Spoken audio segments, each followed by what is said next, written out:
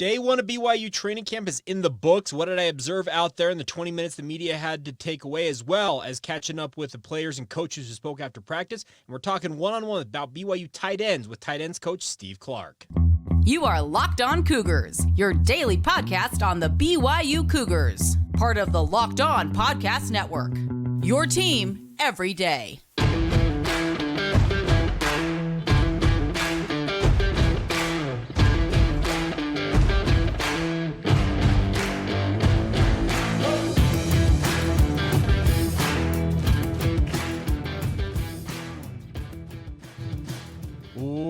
What's up, everybody? I'm Jake Hatch, your host here on Locked On Cougars, your resident BYU insider. Thank you for making Locked On Cougars your first listen of the day. Thank you to all of you who are everydayers with us here on the Locked On Podcast Network. By way of introduction and a reminder that we are your original daily podcast focused on all things BYU, and a big thank you, all the same, for all your support, watching it on YouTube, listening to wherever you get your podcast. Cannot thank you guys enough for all of the support. All right.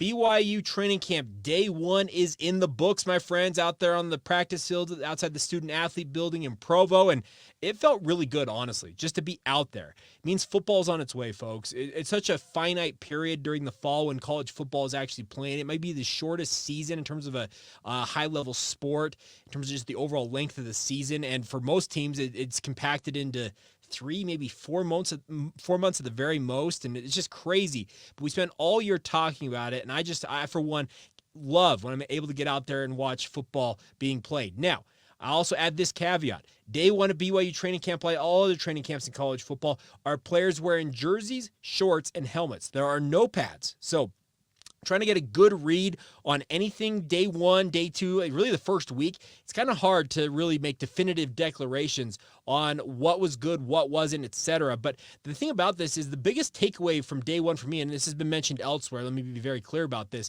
is that Jay Hill has brought a pretty novel idea that, in retrospect, thinking about it, I'm surprised this hasn't been done more often, where BYU, when they were doing their team drills during the media viewing portion of practice, they actually were running 2 team portions on both of their practice fields. They essentially split the squad down the middle, a number of transfers on both sides, along with holdovers and first stringers and third stringers. Like the way it was told to me is that BYU essentially split the squad right down the middle and then had their team portions going on at concurrent times. The way it's going to go is it sounds like that's going to exist here early on in training camp, and the whole idea behind it is something that Jay Hill brings over from Weber State, is to get guys extra reps, and it seems absolutely brilliant. I'm frankly stunned that this has not been used more often in college football. Maybe it is elsewhere, but for BYU, I had never seen this before. Very novel concept, but at the same time, kind of looking at it, I'm like, that's absolutely genius. It gives an opportunity for all these players to get additional reps when it comes to going against their teammates and obviously getting engrossed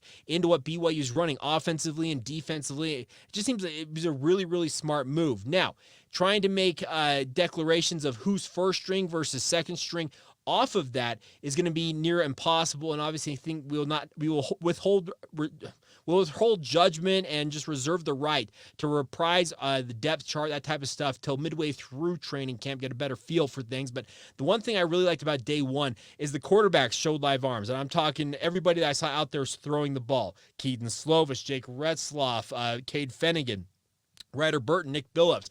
Cole Hagan was not throwing passes that I saw. He actually was in his jersey but did not have a helmet. He was off to the sideline signaling in plays. I don't know what his status is, but those quarterbacks were showing off a live arm. The wide receivers had a lot of good plays early on in the media portion. The first play we saw as a media corps was a nice pass from Keaton Slovis to Cody Epps right down the sideline.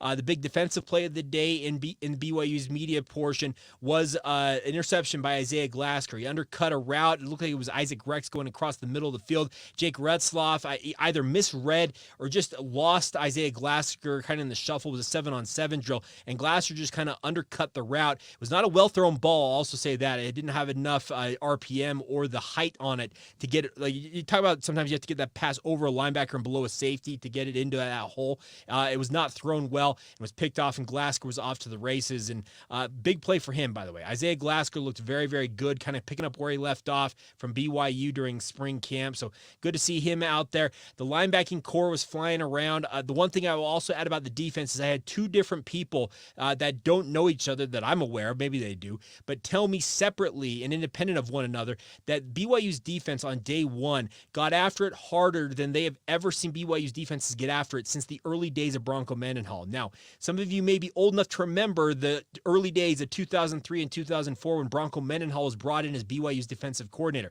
They were having spring practices in February. Bronco's out there in shorts and t-shirt making his guys run pursuit drills till they were puking, quite literally, out there. Now, I don't think BYU was running them that hard, but I was told that just the intensity level from this defense on day one was reaching that type of work. And I'm not saying that I'm surprised by this, because Jay Hill knows that he's got a pretty monumental task to get BYU's defense up to snuff in time for the football season, and obviously their first season in the Big 12. But them putting in that work, that's a positive sign. The other thing, just based on my personal observation, is this team overall, I'm talking offense, defense, special teams, and everywhere in between, they look just bigger, stronger. They look more the part of a Big 12 program. Does that mean anything in reality? No, not until they take the football field and actually play a game will it really mean anything. But just the look of BYU, to me, they look significantly larger. They look like they've been in the weight room working hard. It looks like they have more quote-unquote dudes out there. And you need as many dudes as you can get in this Big 12 era for BYU. The transfer players that I saw walking around, they have got some pretty impressive prospects. The offensive lineman they have brought in, they just recently brought in a new offensive lineman, last name Paulo. He is just an absolutely gigantic human being. Caleb Etienne, folks, he is 6'8", not standing in cleats. Like, he's 6'8", flat foot, barefoot on the ground. You put cleats on him, he's pushing 6'9", 6'10" at that point. It's crazy how big some of these dudes for BYU's offensive line are. But the nice part is it looks like there's going to be plenty of competition across the board at all positions. I'm talking running back, wide receiver, the defensive backfield, linebackers, defensive line. The positive news is these players are getting after it. And yes, it's easy on day one to do this. 2 weeks from now, when it's day 15, 16 of spring camp, how are the guys going to be feeling? Are they going to bring that same intensity? That is something that is absolutely going to have to be answered by these players. And I hope they carry that fire that they had here day one, and I'm expecting day two today, etc., that they will continue to bring it day after day to give BYU the best opportunity to compete this first year in the Big 12, but they've got to do that. Now, I'm pulling out my phone, so I got my other notes here. Defensively, the alignments that I observed is BYU would run 4-3 or 4-2-5 alignments, depending on what the offense was lining up like. If they came out in what they call 11 personnel, where there's only one running back and one tight end, where you have multiple wide receivers, BYU would shift into their 4-2-5 with a nickel corner out there. If it became a 12 personnel where you have two tight ends on the field and a running back, that's when BYU would go to the 4-3. They are going to align themselves defensively to what the opposing team does, and that should be a great thing, honestly, for you as Cougar fans. A number of you out there would chime in throughout the entirety of last season and the year before that, saying that why doesn't BYU adjust to what the opposing team is doing? And that's one thing Jay Hill has promised that he will do. He is not going to suffer, as he says, death by 1,000 paper cuts. It's a positive thing to hear him say that. Now, some players that stood out just running drills. I like the new addition at tight end, Mata'ava Ta'ase, a transfer from Southern Utah. He showed some really nice hands and a nice ability in terms of just his overall agility at tight end. Dylan Flowers, another transfer from Southern Utah, was getting some run in the defensive backfield. Looked like he was fitting in quite well, all things considered, especially considering that was his first day practicing with the team. One of our practice insiders weighed in and kind of gave me some of his thoughts. He said that Darius Lassiter and Keelan Marion, the transfer wide receivers, were very, very impressive day one. They said that they were very impressed with their polish. And now, it shouldn't be surprising. These are guys who have played at the collegiate level. Obviously, Lassiter coming in from Eastern Michigan, where he had an absolutely sensational bowl game this past season for the Eagles. And then obviously Keelan Marion, having played with the revolving door of quarterbacks at UConn during his career with the Huskies, he's got to be thinking, I've got a better opportunity with a pretty established pecking order at quarterback here. And both of them, according to one of our practice insiders, said that he was very, They both were very, very impressive out there. One name to track in terms of just his overall track speed, quite literally, is Kevin Doe, the walk-on wide receiver from East High School up in Salt Lake City. Was told by that same practice insider that Kevin Doe showed off some incredible wheels. And he may not be the most polished wide receiver, but you can do a lot worse than having an absolute outright speedster on your roster. And just keep an eye on number 31, Kevin Doe, is just a name to kind of file away for the future. Now, some of the young players out there in terms of guys like an LJ Martin and Jackson Bowers, guys that I was hoping to see out there getting their first taste of college action, well, they actually weren't out there during the media availability portion of practice. Talk with some people around the program. And a lot of these freshmen actually had to go to class in the middle of practice. They had to get back up to main campus for a class. Now, you may say, why in the world do they have a class scheduled during that time? I don't know. For the life of me, a lot of the stuff that main campus versus BYU athletics does sometimes doesn't jive, and apparently this is one of them. Now, missing out day one of training camp when you're just wearing helmets, it's completely different than them missing a game prep practice the week of Sam Houston State or the like. So you'll take it now, obviously get whatever they need to do out of the way, but the hope is by Friday when we're back out there as a media corps, guys like Jackson Bowers and LJ Martin will be in uniform, be able to see them do their thing. Very impressed with the agility of Aiden Robbins now as a running back, similar to offensive line. Very hard to get a true read until they're in pads and actually taking hits from guys. But Aiden Robbins looks the part. All is 6'3", 230 pounds. He looks like just an absolute thoroughbred out there at running back. And the hope is that he will carry through what he did at UNLV last year, notching a 1,000-yard season, and bring that to Provo. That's the hope for BYU. The final note I have from what I observed is just the overall just a demeanor of this team. You can tell that they know what's at stake here. They're taking on a challenge that's literally never been done in BYU history. They're the first team to play at the Power 5 level. They are the first team that's going to play 10 straight Power 5 opponents. They are the first team that's going to compete for a conference championship at the Power 5 level in BYU football history. And you can tell that they're carrying that burden with them, but they're not letting it weigh them down so far. It feels like they're like, you know what, let's just go out and do our thing. And that's a very positive sign. Now, obviously, like I said, that the tenor of all that can change throughout camp, and we'll be sure to track that in upcoming podcasts. But I think I'm very impressed overall with day one and just the overall intensity, the focus, the kind of the edge that BYU had out there. And hopefully that carries over throughout week one, and obviously can continue on throughout the entirety of training camp here for BYU. All right, coming up here in just a moment, going to catch up with BYU tight ends coach Steve Clark. Had a great chat with him, talked about a number of the players in his position group, guys that obviously some holdovers, stars like Isaac Rex, as well as newcomers to that position group. We'll talk about all of them as we continue on right here on Locked On Cougars. Now, first a word on our friends over at LinkedIn. These days, every new potential hire can feel like a high-stakes wager for your small business, or if you're a hiring manager, the same type of a deal. You want to be 100% certain that you have access to the best qualified candidates available, and that's why you need to start working out with our friends over at LinkedIn Jobs. LinkedIn Jobs will help you find the right people for your team faster, and the best part is for free. F-R-E-E. Heard that right. Go fill out your job application, get it set up online, then add your job in the purple hashtag hiring frame to your LinkedIn profile to spread the word that you are hiring. Simple tools like screening questions will make it easy to focus on candidates with just the right skills and experience so you can quickly prioritize who you would like to interview and hire. It's why small businesses are rating LinkedIn Jobs #1 in delivering quality hires versus their leading competitors. LinkedIn Jobs is helping find the qualified candidates that you want to talk to faster, once again, my friends. So post your job for free at linkedin.com/lockedoncollege. That's linkedin.com/lockedoncollege to post your job for free. Terms and conditions apply. Thank you once again for making Locked On Cougars your first listen today. Thank you to all of you who are everydayers with us here on the podcast. Coming up on tomorrow's show, it is a Thursday, and obviously we'll be talking about more BYU football, whatever may be happening with the Pac-12 realignment. Who knows what's happening out there, but one thing I can promise you, I'm going to have a really fun interview with Isaiah Banya. I had a great chance to catch up with him at practice on Tuesday, but we'll be playing that one tomorrow. But time now to let you guys hear from Steve Clark, BYU tight ends coach. Something I'm aiming to do throughout training camp here is to catch up with each one of the assistant coaches, the position coaches for BYU, and get kind of their insight on each of their position groups so you guys can hear it directly from the quote-unquote horse's mouth about what they like about their guys inside their position groups individually, and get some thoughts on what they expect from their guys throughout training camp. So we're going to kick it off right now with Steve Clark right here on the Locked On Cougars podcast. First day of fall camp, and that just means the season we're about a month away. How exciting is it to know that, hey, it's on its way finally after hundreds of days waiting? Yeah, it's pretty exciting. It was you never think it's going to get here, and then pretty soon it's like the water going around the tub. All of a sudden it's gone, and here we are. Now, you've got a fairly deep group of tight ends this year, but some new faces in there as well. Yeah. But I wanted to start talking about some of your veterans, most notably Isaac Rex. I think you mentioned in the spring they had all that hardware taken out of his ankle that was put in there. How different does he look right now versus what he looked this time last year? Right now he looks good, but it's the first day. Yes. So we'll see as we progress. Last year he started off pretty good, but then he got sore. We're hoping that doesn't happen, but it could. Were you impressed that he battled through as much as he did last year? No, not at all. Okay.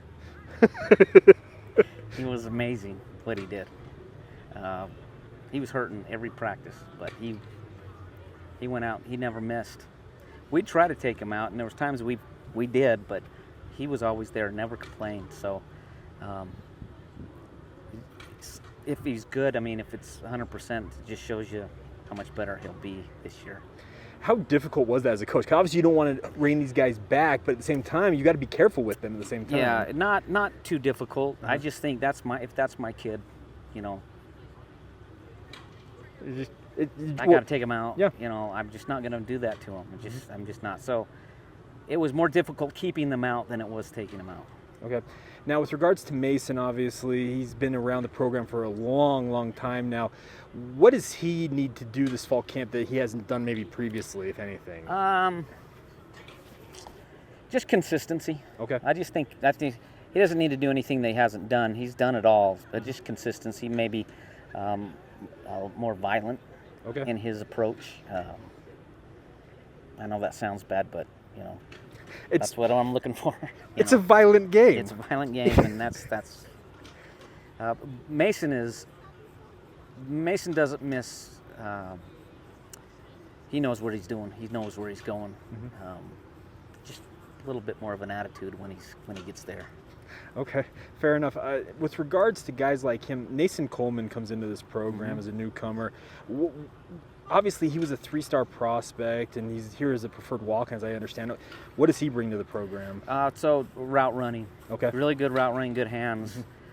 Did some really good things today in the route running, but there's 2 parts to it. Yeah. So, I think that he's getting there route running wise. He needs to get there also quicker in the run game.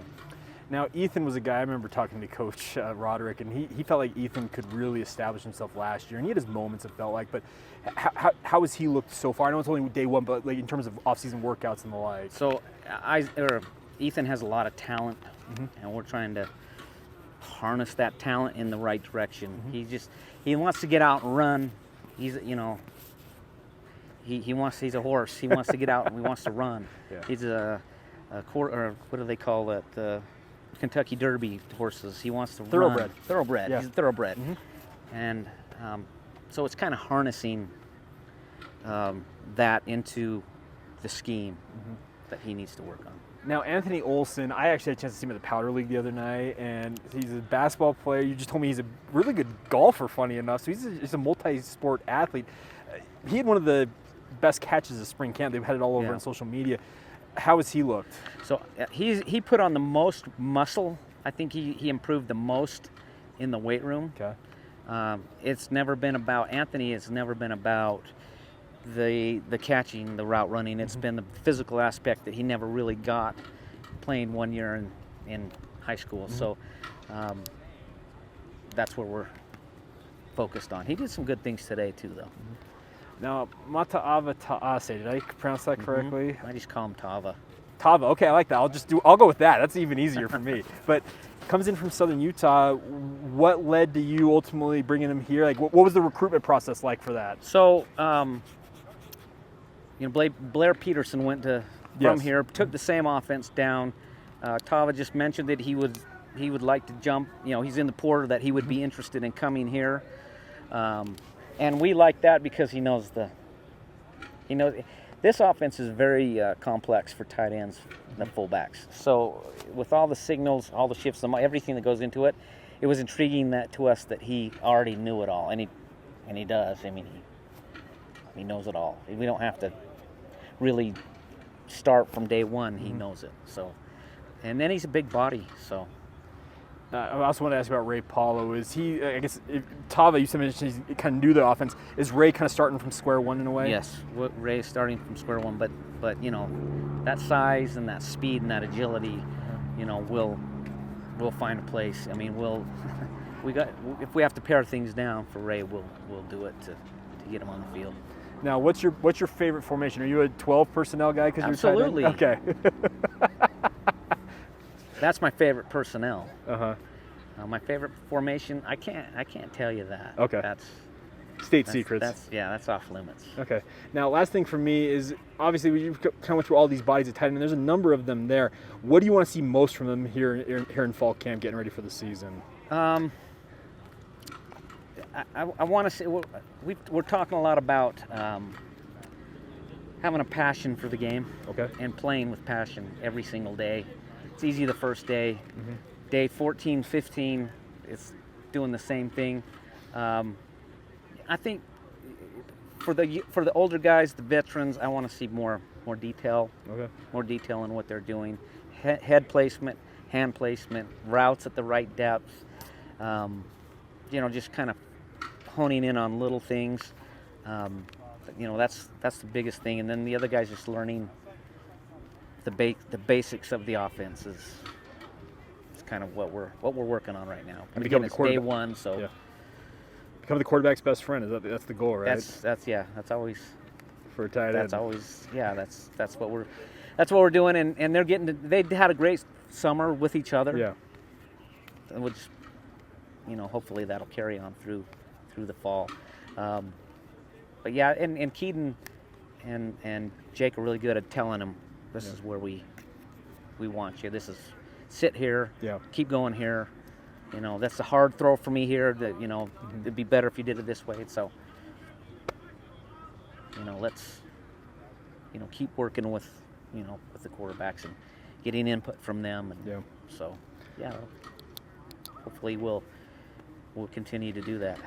There you go, Steve Clark, BYU tight ends coach. A big thank you to him for taking the time. Now, one name that I was remiss that I did not ask about, and I actually am kicking myself for not doing it because it would have been great to get it on the record.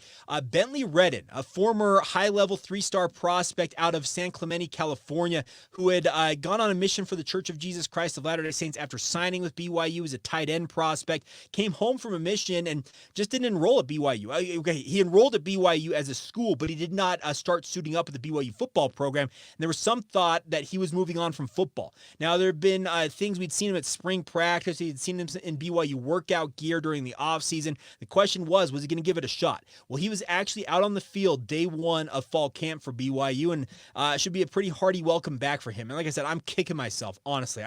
I got done with that interview. I'm like, I did not ask about Bentley Redden because he actually caught a pass from Ryder Burton in the late portions of the practice that we saw as a media corps. And obviously, I would have liked to kind of got Coach Clark's thoughts on Bentley Redden rejoining the squad, or I guess joining the squad in the first place, because, like I said, he had sat out for a significant period of time following his mission. But always good to have guys like that on the roster for BYU. And as you heard Coach Clark talk about, number of talented players there for BYU that he is obviously excited for. And hopefully those tight ends can live up to the billing. As you mentioned, they want to become the quarterback's best friend. Keaton Slovis seems very intent on tracking his tight ends and getting them the ball. One of the big bugaboos about a guy like Jaron Hall during the pre-draft process that I heard from people was he didn't see the middle of the field well, and that obviously resulted in less targets for his tight ends. That was at the college level that they noticed, and you probably, as a BYU fan, saw that. He did not target Isaac Rex nearly as often as a guy like Zach Wilson did, but the hope is this year will be a resurgent season for BYU at tight end, and obviously Steve Clark would love nothing more than that, being their position coach. All right, we will round out this Wednesday edition of the podcast coming up next. I'm going to talk about another game in BYU's independent run, looking back at a pretty incredible win for BYU, all things considered, over Arizona State in 2021. It relates to a big topic online yesterday as well with regards to BYU student section. We'll get to all that as we continue on right here on Locked On Cougars. Got to get a word in on our friends with Perry Homes real quick. Whether you're looking for your first home or ready to upgrade to your dream home, my friends, Perry Homes has a house for you. For 50 years, Perry Homes has been Utah's premier home builder with communities throughout the state. They have many communities, home designs, and price points all designed to meet your needs. Perry Homes has beautiful communities in Davis, Salt Lake, Tooele, and Utah counties along the Wasatch Front. Also multiple communities in Washington County near St. George if you want to move down to the southern end of the state. They offer over 50 unique home designs from ramblers to 2-stories to townhomes as well. The best part is they have quick move-in homes available if you're ready to make the move right away. They're offering generous financing incentives to their preferred lender as well. So check it out, my friends. Visit perryhomesutah.com to see what's new in Utah's finest neighborhoods. That's perryhomesutah.com to learn more now. For 50 years, Utah has been coming home to Perry Homes. Thank you once again for making Locked On Cougars a part of your routine, everybody. Just a big thank you to all of you, by the way, the hundreds of you who entered our giveaway for the Jaron Hall football sweepstakes. Other BYU gear going to be handed out. Officially going to reveal the winners for that on our Friday podcast. So if you want to find out if you won, some of that BYU swag I've been gathering up is actually, you can't see it on my camera. I've actually got a bunch of it stacked up behind me here on the floor in my little closet recording studio here, but we'll be doing those. We'll be announcing the winners of that on Friday's edition of the podcast, so stay tuned for all of that. All right, before we go on today's show, let's talk about BYU and ASU back in 2021. Now, BYU had come off a thrilling win, ending the streak against the University of Utah. The good vibes are rolling for BYU. They had officially accepted their invite to the Big 12 Conference. Life was good, and the number 19 ranked Arizona State Sun Devils were making a trip to Provo, Utah to take on the then 23rd ranked BYU Cougars. Now, this was an absolutely wild, electric atmosphere. The Utah game was an absolute beehive, but for whatever reason, the Arizona State game, I'm not going to lie, it in my mind was actually the more hectic and just overall louder crowd in my mind of those two. Now, that may sound like an oxymoron because obviously Utah is BYU's arch rival, but this Arizona game, the one thing I will forever take away from this game, or actually there's two things. The crowd literally getting Arizona State, who might be the most undisciplined team I've seen in quite some time, to commit multiple false start penalties in a row. That is an accomplishment in and of itself. But then the other one, many of you might recall that incredible play. Merlin Robertson picks off a pass from Jaron Hall, an ill-advised throw from Jaron Hall. He ended up with 2 interceptions in this game. But Merlin Robertson seems like he has a track right down the sideline for a touchdown. Now, Merlin Robertson was a BYU recruit at one time that would have loved to have played at BYU, ultimately decided to go to Arizona State. But he was going to score against a team that he grew up obviously admiring. But then Tyler Algier, what an incredible effort. Comes just streaking down the field, jumps up, and you may recall, I'm actually kind of recreating it on my video here on YouTube, jumps up behind him, kind of wraps him with one arm, and then swings his hand through that ball, punches it out, and to Jaron Hall's credit, Jaron Hall pursued that play and recovered that football.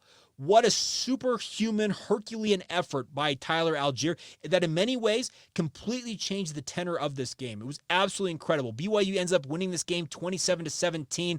BYU got Jaden Daniels to throw 2 interceptions in this game. He finished 21 of 29 for 265 yards. So not a bad passing performance, but 0 touchdowns against 2 interceptions obviously are going to downgrade your performance. Jaron Hall tossed 2 touchdown passes of his own along with his 2 interceptions. Baylor Romney also had a touchdown pass in this one, but BYU gets a huge win. They're up 21-7 at halftime. ASU came rolling back with their other 10 points in the third quarter, but BYU put this game to bed in the fourth quarter, and that crowd was just absolutely electric. And the thing that brings me to, as we round out today's show, is there have been some changes with the Rock, the BYU student section. Now, they're saying that the Rock Pass is going to be limited to just BYU students and spouses this year. The quote-unquote guest passes, which were what UVU students and other fans who were of college age were using to get into BYU games and fill that student section, they are no longer available. I think that might be a misstep on that front. And by the way, a lot of BYU students very upset with these. Rock Pass prices are going up to $200. I'm not surprised by that at all. This is a new era of football, folks. I guess I can say this right now. I literally yesterday purchased season tickets for BYU basketball. I'll be giving them away to you, the fans. That's part of what I like to do here on the podcast. I actually just secured those seats yesterday, and they were more expensive than I ever paid for BYU basketball season tickets before. Don't be surprised by the increase of price here for the Rock passes. It's $200. It's up from $150 if I recall correctly. Spouse passes go up to $275. So if you are a married BYU student, you and your wife want to go to games, essentially you're going to be forking over $475 to go to these games. I think if you're both BYU students, though, it may just be the $400. But the other thing about this is the Rock pass and there's no guest passes, as I mentioned, and the passes are now non-transferable. Now this brings me to the biggest critical thing that I have a problem with. They announced this. We have come up with a digital alternative to the traditional Rock line for football and men's basketball games. We are elevating the modern game day Rock experience, allowing more time to soak up the pregame festivities. Can we avoid using the word soak in BYU? That's just an aside. But it says camping and waiting in line will not be necessary because essentially they're putting together whether I would call it a lottery in terms of tickets. Now, you're not going to be guaranteed a seat, by the way, even if you have a ticket to these games, apparently. Now, that's not all that surprising. If you showed up late and the student section's filled up, so be it. But this is a very weird deal because the way it reads, and I may be wrong about this, and anybody from the BYU student section, the Rock, that wants to correct me on this, I'd love to have your input on this. And they have already been issuing some statements saying that they're kind of reevaluating a couple of things with regards to this. They said, all the passion and energy amongst our fan base. We understand there are many questions and concerns related to the changes we have shared today. We hear you. We're currently looking at possible solutions to address the questions and concerns that are being shared. The biggest question I've got is a lot of these students, and I did this when I was a student at BYU, is I like to attend with my friends. I had set seats with my best friends from growing up and also some of my roommates during my time at BYU. And the way this reads is that you would not be guaranteed a seat alongside your friends. You essentially would be given your seat is here. Your friend could be 3 sections away and up 50 rows. It doesn't feel like a very well thought out process. Now, I'm sure there was thought put into it. I'm not saying that there wasn't thought put into it, but first off, I don't like the name Rock. The roar of Cougars. That's another aside. I don't like the student section name. There was one they wanted to call it the Abyss. I think it was the Almighty Brigham Young Student Section, which was a great name, I thought. It was just awesome. The Abyss would have been a fantastic name. They went with the Rock. So be it. You know what? Great. But here's the thing. Students are a huge part of setting the game day atmosphere. And if you're going to randomly assign seats, you're going to take some of the more rabid students who are on that front line, seemingly game after game, riling up the crowd, kind of generating a lot of that emotion from the student section, etc. And you potentially could be sticking them at the top of the student section and have some other person who's just there along for the ride on a date eating their cougar tail alongside the girl that they like from their student ward. And so be it. But I think you need to reevaluate a couple things if you're the Rock. Now, they said that they are going to reevaluate. I hope they come to a consensus of, okay, this is what we can do better here, etc. But the way they had things originally announced, much like a lot of things it feels like with BYU, not completely fleshed out and it was half-baked, I guess is the easiest way to say it. I am hopeful that they will revisit some things, and obviously the Rock will be a strong, strong part of the game day atmosphere, especially during football and basketball games this fall and winter. I'm very much looking forward to it, but I do think that there needs to be some changes, some adjustments made, but I have the faith that BYU will get things corrected, and obviously the students, both the leadership of the Rock, the lay student themselves, etc., they will obviously have their input, and I'm hopeful that a pretty even resolution can be had amongst all parties. All right, so there you go. Some of my thoughts on all things BYU day one. Crazy day, but nonetheless, an absolute blast to actually be watching football once again, and a big thank you to all of you for your support of this podcast. It's absolutely incredible to hear from you guys. Just every day I'm out and about in the community and people recognize what I do on the podcast, it astounds me. So thank you for the support. It truly means the world to me that you guys make time in your day to watch and or listen to this. So thank you once again for making it your first listen of the day. Thank you for being everydayers with us here on the podcast. And of course, return with us tomorrow as we talk all things BYU football once again, right here on the Locked On Cougars podcast. See ya.